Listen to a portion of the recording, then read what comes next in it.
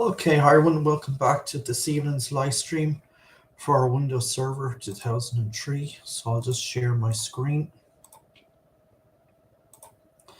Okay, Chapter 6, Installing and Managing Domain Name Service DNS. So Microsoft exam objectives covered in this chapter.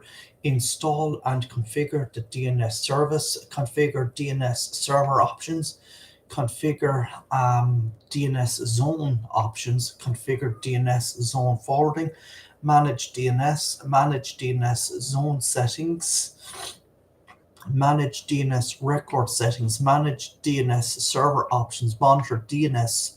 Tools might include system monitor, event viewer, replication monitor, and DNS debug logs. So DNS is one of the most important topics in both Windows Server 2003 network administration and the Windows Server 2003 network information exam. Active Directory depends absolutely on DNS, and many important system functions, including Kerberos authentication and finding domain controllers, are now handled through DNS lookups. Windows 2000 and XP clients use DNS for name resolution too, but they also use DNS to find Kerberos key distribution centers, KDCs, global catalog servers, and other servers that may be registered in DNS. By the time you finish this chapter, you will have a deeper understanding of how DNS works in general, plus an understanding of how to set up, configure, manage, and troubleshoot DNS in Windows Server 2003. So DNS fundamentals. The domain name service DNS is a hierarchically distributed database. In other words, its layers are arranged in a definite order and its data is distributed across a wide range of machines. DNS is a standard set of protocols that defines the following: a mechanism for querying and updating address information in the database, a mechanism for replicating the information in the database among servers, a schema of the database. DNS began in the early days of the internet, when the internet was a small network created by the Department of Defense for research purposes. Before DNS, computer names or host names were manually entered into a file located on a centrally administered server. Each site that needed to resolve host names had to download this file. As the number of computers on the internet grew, so did the size of this host file and the amount of traffic generated by downloading it. The need for a new system that would offer features such as scalability, decentralized administration, and support of various data types became more and more obvious. The domain name service DNS, introduced in 1984, became this new system. With DNS, the host names reside in a database that can be distributed among multiple servers, decreasing the load on any one server and providing the ability to administer this naming system on a per partition basis. DNS supports hierarchical names and allows registration of various data types in addition to the host name to IP address mapping used in host files. By virtue of the DNS database being distributed, its size is unlimited and performance does not degrade much when adding more servers. In the following sections, you will learn more about what DNS is and how it works, and see how Windows Server 2003 handles DNS. What DNS does. DNS translates between computer host names and IP addresses. DNS works at the application layer of the OSI reference model and uses TCP and UDP at the transport layer. The DNS model is pretty plain. Clients make requests: what is the IP address for www.chalice.net, and get back answers: 209.155.222.222. If a particular server can't answer a query, it can forward it to another, presumably better informed server to to really understand how DNS works, it's important to learn about some fundamental parts of the system. We will do that in the following sections: an introduction to domain naming. The domain name system is comprised of a distributed database of names that establishes a logical tree structure called the domain namespace. Each node or domain in that space has a unique name. Therefore, Chalice.com and Chalice.net are two different domains, and they can contain subdomains such as sales.chalice.com and Chalice.net. The domain name identifies the domain's position in a logical DNS hierarchy in relation to its parent domain by separating each branch of the tree with a period. Figure 6.1 shows a few of the top level domains where the Microsoft domain fits and a host called Tigger within the Microsoft.com domain. If someone wanted to contact the host, they would use the fully qualified domain name FQDN Tigger or Tiger.Microsoft.com. Each domain is associated with a DNS name server. In other words, for every domain registered in the DNS, there's some server that can give an authoritative answer to queries about that domain. For example, the Chalice.net domain is handled by a name server at an internet provider. This means that any resolver or name server can go straight to the source if it can't resolve a query by looking in its own cache. Domain names and host names must contain only characters A to Z, lowercase a to Z, higher case 0 to 9, and hyphen. Other common and useful characters like the and ampersand, slash, period, and underscore are not allowed. This is in conflict with NetBIOS's naming restrictions. However, you'll find that Windows Server 2003 is smart enough to take a NetBIOS name like server_1 and turn it into a legal DNS name like server1.chalice.net, DNS and the internet. You're undoubtedly familiar with how DNS works on the internet. If you've ever sent or received internet, email, or browsed web pages on the net, you've got first-hand experience using DNS.